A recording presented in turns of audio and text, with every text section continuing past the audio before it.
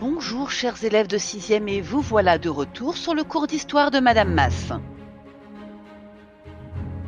Nous sommes donc en train d'étudier le dossier d'histoire numéro 3 et nous allons terminer maintenant la première leçon, conquête, paix romaine et romanisation.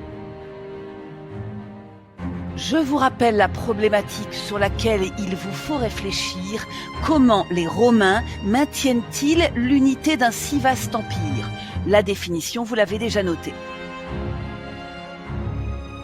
Je vous rappelle que nous en étions au deuxième exercice et que nous avions noté que la paix romaine a favorisé le développement des échanges commerciaux.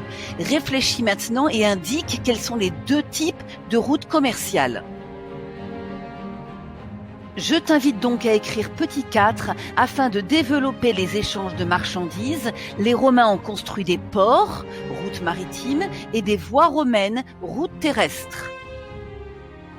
Note maintenant le titre du troisième exercice, la romanisation de l'Empire, et prépare au brouillon les questions de la page 110 de ton manuel. Tu peux maintenant corriger le petit 1 en notant les Romains réalisent la conquête de la péninsule ibérique en 197 avant JC et petit 2, cette province se situe alors à l'ouest de l'Empire et de Rome. Note alors le petit 3 sous le règne de l'empereur Vespasien. Cette province occupe alors une place particulière car elle abonde en ressources minières et agricoles et de ce fait, il lui accorde des droits et avantages qui participent à sa romanisation.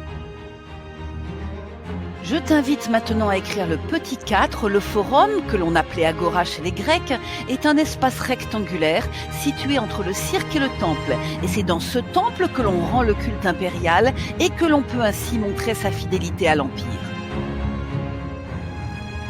Note maintenant la réponse à la question 5. Non seulement les villes de l'Empire se construisent sur le modèle de Rome, forum, amphithéâtre, aqueduc, thermes, temple, mais les habitants adoptent aussi la culture et les modes de vie romains, exemple les jeux du cirque. En conclusion, tu peux noter que la romanisation des provinces devient complète quand en 200.